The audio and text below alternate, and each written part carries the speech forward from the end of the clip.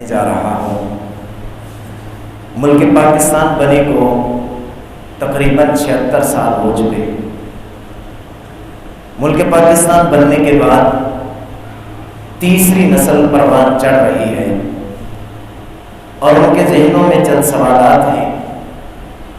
ان میں سے کچھ سوالات ایسے ہیں، ہم انڈیا میں رہتے تھے تو ہندو، مسلم اور سکھ اکٹھے تھے۔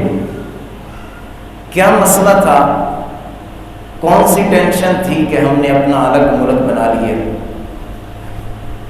وہ کون سی ضرورت پیش آئی جس کے تحت ہمارے آباء و اجداد نے علیحدہ ایک ملک، علیحدہ ایک وطن قائم کرنے کا سوچ لیا؟ اگر آج بھی ہم اکٹھے ہو جائیں تو کیا حرج ہے؟ ایک بات یاد رکھیے، ملک پاکستان بنانے کا مقصد یہ نہیں تھا کہ الگ طور پہ ایک وطن بنایا جائے، ایک ریاست قائم کی جائے۔ قائد اعظم محمد علی جناح نے فرمایا تھا، ہم نے ایک الگ ریاست ملک پاکستان جو حاصل کیا ہے، اس کا مطلب یہ نہیں کہ یہ صرف ایک زمین کا ٹکڑا ہے، ایسا قطعاً نہیں، بلکہ ہم زمین کے اس ٹکڑے پہ اسلام کے اصولوں کو اور اسلام کے اقدار کو آزمانا چاہتے ہیں۔ ہم یہاں اسلام کو آزاد کرنا چاہتے ہیں، بجائے اس کے کہ مسلمان اسلام سے آزاد ہو جائے۔ ملک پاکستان کیوں بنایا گیا؟ یہ سوالات ہیں۔ ہمارے آباء و اجداد نے یہ ملک پاکستان بنایا کیوں؟ تاکہ ہماری عزتیں محفوظ ہوں، تاکہ ہمارے اسلامی اقدار محفوظ ہوں، تاکہ اسلامی اصول کے مطابق ایک معاشرہ قائم کیا جائے، وہاں اسلام کا نفاذ ہو، تاکہ وہاں کلمہ لا الہ الا اللہ کو بلند کیا جائے، دین اسلام کا وہاں غالبہ ہو۔ اس لیے ہمارے آباء و اجداد نے ملک پاکستان بنایا، اور یہ ایسے نہیں بن گیا کہ علامہ اقبال رحمہ اللہ کو خواب آیا اور انہوں نے 1930 میں الہ آباد میں اپنا خواب پیش کیا اور اس خواب کی تکمیل ہو گئی، ایسا قطعاً نہیں۔ بڑوں نے بیٹھ کے مشورہ کیا جی الگ طور پہ ایک ملک بنایا جائے، اور ملک بن گیا۔ اس کے پیچھے تحریکیں ہیں، بہت بڑی تحریکیں ہیں اور بڑی قربانیاں ہیں۔ کوئی 10,000 15,000 نہیں ہے، کم و بیش 20 لاکھ قربانیاں مسلمانوں کی۔ پاکستان بناتے ہوئے ماؤں، بہنوں، بیٹیوں نے اپنی عزتیں قربان کی ہیں، اپنی جانوں کا نذرانہ پیش کیا ہے، بوڑھوں نے شہادتیں دی ہیں، بچوں نے قربانیاں دی ہیں، تب جا کے ملک پاکستان بنا۔ آپ اندازہ کریں، ایک خاتون آخری سسکیوں پہ ایک قافلہ گزر رہا جو پاکستان کی طرف ہجرت کر کے آ رہا ہے۔ قافلے والوں نے کہا، اللہ کی بندی، ہم تجھے ساتھ لیے چلتے ہیں۔ تو جواب آیا، میری تو زندگی یہاں ختم ہو رہی ہے، لیکن اگر آپ پاکستان میں جا رہے ہو، پاکستان میں پہنچ جاؤ، اللہ تعالیٰ آپ کی حفاظت فرمائے۔ جب پاکستان چلے جاؤ تو جا کر کے ملک پاکستان کو میرا سلام کہنا۔ جلندھر سے ایک قافلہ چلا، رستے میں ایک بڑھیا ملی، آخری سسکیوں پہ قافلے والوں نے کہا، اماں ہم تجھے ساتھ لیے چلتے ہیں۔ جواب آیا، اللہ کے بندوں چلے جاؤ، میری تو آخری سانسیں ہیں، پتہ نہیں کب جسم سے روح پروان کر جائے۔ ہاں اگر تم پاکستان جا رہے ہو، میرے خاندان کے سارے لوگ شہید ہو چکے، میرے پاس یہ زیورات ہیں، یہ پیسے ہیں، یہ چند سکوں کی دولت ہے، یہ لے جاؤ، امانتاً اسے قائد اعظم کے پاس پہنچا دینا، شاید یہ ملک پاکستان کے کام آ جائے۔ پاکستان کا خزانہ خالی کر دیا، لوٹ کے کھا گئے ملک پاکستان کو، مقروض کر دیا ملک پاکستان کو، قرضے کی لپیٹ میں ڈال دیا ملک پاکستان کو، معیشت کو کمزور کر دیا، پاکستان غریب ہو گیا، لیکن پاکستان کے حکمران امیر ہو گئے۔ ملک پاکستان اس لیے نہیں بنا تھا کہ اسے لوٹ کے کھا لیا جائے. ملک پاکستان بنانے والوں کی سوچ یہ تھی کہ ہمارا خزانہ، ہماری دولت، ہمارے زیورات ملک پاکستان کے کام آ جائے. یہاں آباؤ اجداد کا خون ہے، ماؤں بہنوں کا خون ہے. ایک ٹرین چلی فیروز پور سے قصور کی طرف آ رہی، ایک اسٹیشن پہ آ کے رکی. مجید نظامی صاحب آگے بڑھے، ٹرین کا استقبال کیا، دیکھا لاشوں کے انبار لگے ہوئے، ساری بوگیوں میں لاشوں کے انبار لگے ہوئے. جب آخری ڈبے میں پہنچے وہاں دیکھا، وہاں 1 سال سے لے کے 5 سال تک کے بچے رو رہے ہیں، بلبلا رہے ہیں، آخری سسکیاں لے رہے ہیں. کیا دیکھا؟ کسی بچے کا ہاتھ نہیں ہے، کسی بچے کا بازو نہیں ہے، کسی بچے کا پاؤں نہیں ہے، کسی بچے کی ٹانگ نہیں ہے. یہ توتیاں، باجے اور بانسریاں بجانے سے ملک پاکستان آزاد نہیں ہوا، یہ قربانیاں دینے سے ملک پاکستان آزاد ہوا ہے. یہ جھنڈیاں اور جھنڈے لگانے سے، پٹاخے بجانے سے، ون ویلنگ کرنے سے، شور مچانے سے، نعرے لگانے سے ملک پاکستان آزاد نہیں ہوا. اس کی آزادی میں بچوں کا خون ہے، بیٹیوں کا خون ہے، ماؤں کا خون ہے، بہنوں کا خون ہے، بھائیوں کی قربانیاں ہیں، بوڑھوں کی قربانیاں ہیں. یہ آسانی سے ملک پاکستان نہیں بن گیا. ہم نے سمجھ لیا کہ بس آزادی کا مقصد کیا ہے، پٹاخے بجاؤ، باجے بجاؤ، خوشیاں مناؤ، ڈھول بجاؤ، گانے چلاؤ، ساؤنڈ لگاؤ، شور شرابہ کرو، بازاروں کو سجاؤ اور شام کو اپنے اپنے گھروں میں چلے جاؤ. یہ آزادی کا مقصد ہے. آزادی کا مقصد، آزادی کا مطالبہ، آزادی کا تقاضا قطعاً یہ نہیں ہے. ایک یہ ہماری آزادی اور ایک وہ آزادی جو جناب رسول اللہ صلی اللہ علیہ وسلم کو اللہ تعالیٰ نے عطا فرمائی. آج سے 1450 سال پہلے جب مکہ والوں نے آپ کے اوپر ظلم و ستم کی انتہا کر دی، آپ سجدے میں جاتے ہیں تو آپ کے اوپر گندی اوجڑی کو لا کر کے رکھ دیا جاتا ہے. آپ تبلیغ کا کام کرنے کے لیے طائف کی طرف نکلتے ہیں تو آپ کو پتھر مارے جاتے ہیں. آپ کا چچا آپ کو پتھر مارتا ہے، لوگ گالیاں دیتے ہیں، گستاخیاں کرتے ہیں، پریشان کرتے ہیں. صحابہ کرام رضوان اللہ علیہم مجمعین کو مکہ کی گلیوں میں گھسیٹا جاتا ہے. جناب بلال رضی اللہ تعالیٰ کے اوپر ظلم و ستم ڈھائے جاتے ہیں. آپ کے اصحاب کو پریشان کیا جاتا ہے. آپ اجازت دیتے ہیں میرے صحابہ جاؤ حبشہ کی طرف ہجرت کر لو. 2 بار حبشہ کی طرف ہجرت ہوتی ہے. اللہ تعالیٰ حکم ارشاد فرماتے ہیں میرے محبوب علیہ الصلوۃ والسلام آپ مدینہ کی طرف ہجرت کر لو. یہاں یہ رہنے نہیں دیتے، پریشان کرتے. آپ کی زندگی دکھوں اور تکلیفوں میں، مصیبتوں میں، جاؤ میں تمہیں ہجرت کا حکم دیتا ہوں. جناب رسول اللہ صلی اللہ علیہ وسلم ہجرت کرتے ہیں، قباء بستی میں پہنچتے ہیں. وہاں جناب رسول اللہ صلی اللہ علیہ وسلم جا کے مسجد تعمیر کرتے ہیں. آزادی کے بعد ہماری یہ ذمہ داری ہے. اللہ تعالیٰ آزادی عطا کرے تو اس کے بعد مندروں کی تعمیر نہیں، سینما گھروں کی تعمیر نہیں، بے حیائی اور فحاشی کے اڈوں کو تعمیر کرنا نہیں، بلکہ اللہ تعالیٰ کے گھروں کو بنایا جائے، اللہ تعالیٰ کے گھروں کو آباد کیا جائے. الذین مکناہم فی الارض اقاموا الصلاۃ وآتوا الزکاۃ وامروا بالمعروف ونہوا عن المنکر. آزادی کا تقاضا یہ ہے اللہ تعالیٰ کے گھروں کو بنایا جائے، نمازوں کو قائم کیا جائے، زکوٰۃ کے نظام کو نافذ کیا جائے، اچھائی والے کام مرتب کیے جائیں، انہیں عام کیا جائے اور برائی کو دبایا جائے.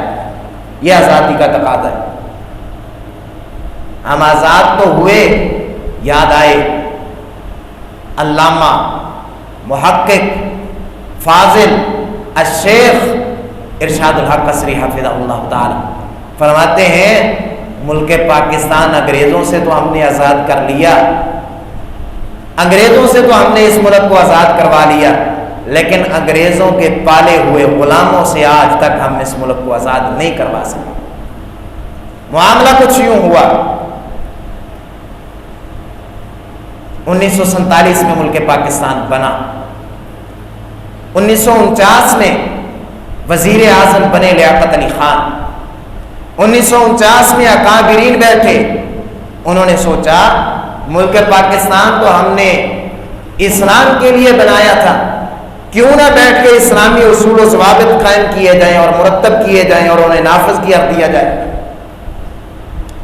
جب یہ بات طے ہوئی 1951 میں، 1951 میں لیاقت علی خان کو شہید کر دیا گیا، صرف اس وجہ سے انگریزوں کے پالے ہوئے غلاموں نے شہید کروا دیا، اس وجہ سے کہ کہیں اس ملک میں اسلام نافذ نہ ہو جائے۔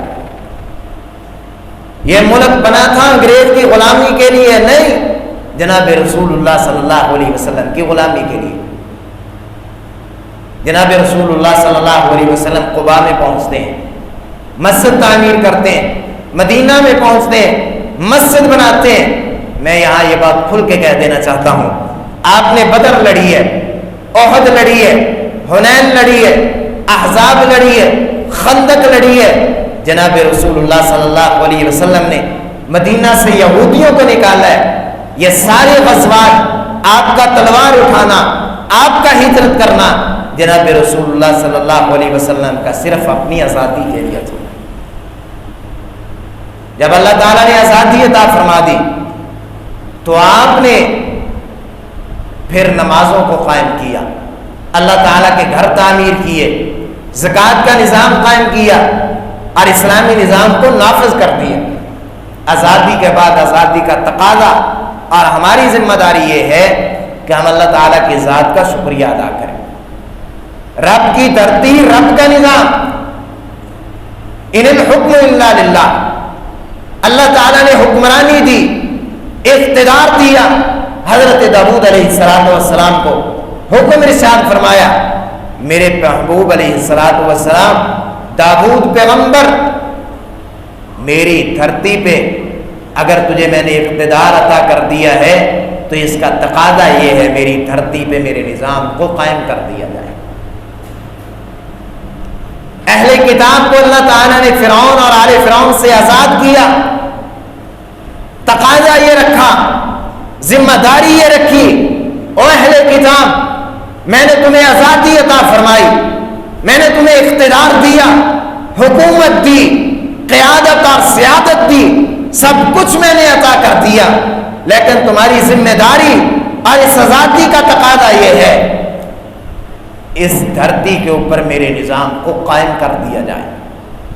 اور پیغام دیا، وَلَوْ أَنَّ أَهْلَ الْكِتَابِ آمَنُوا وَاتَّقَوْا لَفَتَحْنَا عَلَيْهِمْ بَرَكَاتٍ مِّنَ السَّمَاءِ وَالْأَرْضِ، فرمایا وَلَوْ أَنَّ أَهْلَ الْكِتَابِ آمَنُوا أَقَامُوا التَّوْرَاةَ وَلَوْ أَنَّهُمْ أَقَامُوا التَّوْرَاةَ وَالْإِنْجِيلَ وَمَا أُنزِلَ إِلَيْهِم مِّن رَّبِّهِمْ لَأَكَلُوا مِن فَوْقِهِمْ وَمِن تَحْتِ أَرْجُلِهِمْ۔ اللہ تعالیٰ نے فائدہ یہ بیان کیا، فرمایا اہل کتاب اگر تم تورات اور انجیل کے نظام کو نافذ کر دو، میں کائنات کا رب تمہارے لیے آسمان سے رحمتیں نازل کر دوں گا، زمین سے خزانے نکال دوں گا۔ پاکستان میں کیا چیز نہیں ہے؟ تیل ادھر ہے، کوئلہ ادھر ہے، سونا ادھر ہے، کانے ادھر ہے، چاروں موسم ادھر ہے، ہر قسم کی پھل کی پیداوار ادھر ہے، سب سے بڑا نہری نظام ادھر ہے۔ کون کون سے ذخائر ہیں جو ملک پاکستان میں نہیں ہیں؟ سعودیہ سے زیادہ تیل پاکستان میں، عراق سے زیادہ تیل پاکستان میں، ایران سے زیادہ تیل پاکستان میں، کینیڈا سے زیادہ تیل پاکستان میں۔ دنیا میں کسی ملک میں اتنا تیل نہیں ہے جتنا تیل ملک پاکستان میں ہے، اور سب سے مہنگا تیل بھی ملک پاکستان میں ہے۔ وجہ کیا ہے؟ یہاں ہم نے اللہ تعالیٰ کے نظام کو نافذ نہیں کیا۔ امام ابن تیمیہ رحمہ اللہ یاد آئے، فرماتے ہیں اللہ تعالیٰ کافر کی حکومت کو نہیں دیکھتے، اللہ تعالیٰ عدل کی حکومت کو دیکھتے ہیں۔ جس حکومت میں عدل ہوتا ہے وہ حکومت ترقی کرتی ہے اور قائم رہتی ہے، اگر یہ عدل کسی انگریز کے پاس ہو یا کسی کافر حکومت میں ہو تو اس حکومت کو زوال نہیں ہوتا، اور اگر یہ عدل مسلم حکومت کے پاس نہ ہو تو اللہ تعالیٰ ایسی حکومت کو زوال عطا کر دیتے ہیں۔ قرآن پاک میں اللہ تعالیٰ نے فیصلہ دیا، جناب رسول اللہ صلی اللہ علیہ وسلم کی یہ ذمہ داری لگائی، اللہ تعالیٰ نے آپ کو آزادی عطا کر دی، اب آپ کا یہ نعرہ ہونا چاہیے رب کی دھرتی رب کا نظام، اور آپ نے یہ نعرہ لگایا، یہ کام کر کے دکھایا جناب رسول اللہ صلی اللہ علیہ وسلم نے۔ اللہ تعالیٰ نے امت کو حکم دیا، فرمایا جو انسان رب کی دھرتی کے اوپر رب کا نظام قائم نہ کرے ہو مسلمان، میں رب اسے مسلمان نہیں مانتا، میرے نزدیک وہ فاسق ہے، میرے نزدیک وہ ظالم ہے، میرے نزدیک وہ کافر ہے۔ آزادی ہے، ملک ہے، حکومت ہے، اقتدار ہے، قیادت ہے، سب کچھ ہے، نہیں ہے تو رب کا نظام نہیں ہے۔ تو بات کرنے کا مقصد یہ ہے، آزادی کا تقاضا یہ ہے کہ یہاں رب کی دھرتی پہ رب کے نظام کو قائم کیا جائے۔ اللہ تعالیٰ نے جب آپ کو آزادی عطا فرمائی تو جناب رسول اللہ صلی اللہ علیہ وسلم نے نظام عدل کو قائم کیا۔ فاطمہ بنت اسود نے چوری کی، اسامہ بن زید رضی اللہ تعالیٰ عنہ آگے بڑھے، سفارش کرنے کے لیے آئے، جناب رسول اللہ صلی اللہ علیہ وسلم نے عدل کی مثال قائم کی، فرمایا اگر میری بیٹی فاطمہ بنت محمد بھی چوری کرتی میں محمد صلی اللہ علیہ وسلم اس کا ہاتھ بھی کاٹ دیتا۔ یہ عدل ہے، یہ تقاضا ہے آزادی کا، یہ تقاضا ہے حکمرانی کا۔ جناب رسول اللہ صلی اللہ علیہ وسلم نے یہ عدل کر کے دکھایا ہے۔ آخری بات کرتا ہوں، دو باتیں کرتا ہوں اور اپنی بات کو مکمل کرتا ہوں۔ اب اس کے بعد ہماری ذمہ داری کیا ہے؟ اللہ پاک نے ہمیں آزادی عطا فرمائی، ہم نمازیں قائم کریں، زکوٰۃ کا نظام نافذ کریں، نیکی کو عام کریں، برائی کو ختم کریں۔ اللہ تعالیٰ نے ہمیں آزادی عطا فرمائی ہے، ہم رب کی دھرتی پہ رب کا نظام قائم کریں۔ اللہ تعالیٰ نے ہمیں یہ وطن عطا فرمایا ہے، ہم اس وطن کے ساتھ محبت کریں، ہمارا پیار اس وطن کے ساتھ ہونا چاہیے، مرنا مٹنا جامع شہادت نوش کرنا اس ملک کے لیے ہونا چاہیے۔ یہ ایمان کا تقاضا ہے، اسلام کا تقاضا ہے۔ جناب رسول اللہ صلی اللہ علیہ وسلم مکہ کو چھوڑ کے جا رہے ہیں، آپ فرماتے ہیں مکہ میری تیرے ساتھ بڑی محبت ہے، لیکن کیا کروں، میری قوم نے مجھے یہاں سے ہجرت کرنے پہ مجبور کر دی ہے، اگر میری قوم مجھے مجبور نہ کرتی میں تجھے کبھی بھی چھوڑ کے نہ جاتا۔ اتنی محبت کا اظہار آپ نے فرمایا۔ مدینہ میں آپ چلے گئے، صحابہ اکرام رضوان اللہ علیہ مجمعین فرماتے ہیں جب آپ کسی سفر کے لیے جاتے واپس آتے مدینہ کے در و دیوار پہ آپ کی نظریں پڑ جاتی، آپ اپنی سواری کو تیز کر لیا کرتے تھے۔ اتنی محبت اپنے وطن کے ساتھ، اتنا پیار اپنے وطن کے ساتھ۔ جناب رسول اللہ صلی اللہ علیہ وسلم کا ملک پاکستان کی بدخوئیاں کرنے کی بجائے یہاں سے ہم چلے جاتے ہیں ویزا لے کے لندن میں، کینیڈا چلے جاتے ہیں، دبئی اور سعودیہ میں چلے جاتے ہیں، کاروبار چل جاتا ہے، دولت آنے لگتی ہے، ہم کوٹھیاں بنگلے اور محلات بنا لیتے ہیں، وہاں بیٹھ کے ہم اپنی بڑاس نکالتے ہیں اور ملک پاکستان کی بدخوئیاں کرتے ہیں، ملک پاکستان کو گالیاں نکالتے ہیں۔ یہ مسلمانی نہیں ہے، یہ پاکستانی ہونے کا ثبوت نہیں ہے۔ بدخوئیاں کرتے رہتے ہیں ملک پاکستان کی اور ساری جوانی باہر گزار دیتے ہیں اور مرنے کے لیے پھر پاکستان آ جاتے ہیں۔ تو یہ ملک پاکستان کے ساتھ محبت کا تقاضا نہیں ہے۔ ملک پاکستان کے ساتھ، اپنے وطن کے ساتھ محبت کیجیے، ہر جگہ بیٹھ کے اس کی تعریف کیجیے۔ آپ کے ملک جیسا کوئی ملک نہیں ہے۔ ہم مکہ مدینہ کی عظمت کے معترف ہیں، لیکن مکہ مدینہ کے بعد جیسی نعمتیں اللہ پاک نے ملک پاکستان کو عطا کی ہیں، ایسی کسی ملک کو اللہ پاک نے نعمتوں سے نہیں نوازا۔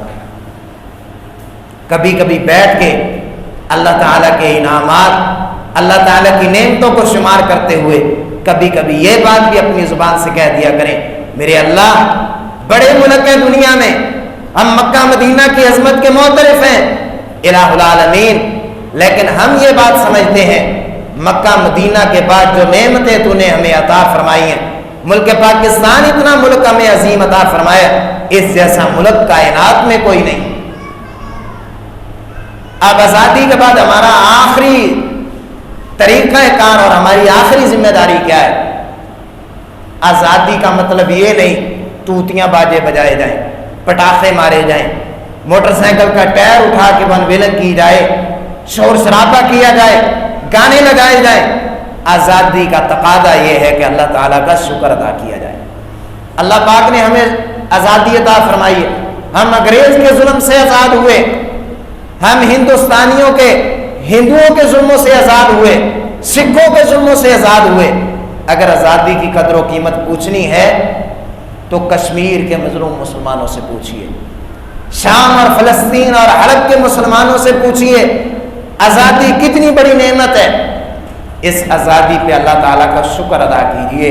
کس انداز میں آپ نے شکر ادا کرنا ہے؟ جناب رسول اللہ صلی اللہ علیہ وسلم جب مدینہ میں تشریف لائے، دیکھا یہودی 10 محرم کا روزہ رکھتے ہیں، پوچھا کیوں روزہ رکھتے ہو؟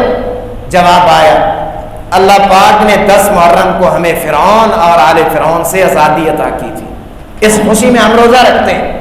اللہ پاک نے آزادی عطا کر دیا تو 14 اگست کا آپ روزہ رکھیے، قرآن پاک پڑھیے، قرآن پاک کی تلاوت کیجیے۔ آخری بات کروں اور اپنی بات کو مکمل کروں، جناب رسول اللہ صلی اللہ علیہ وسلم کو اللہ پاک نے آزادی عطا فرمائی۔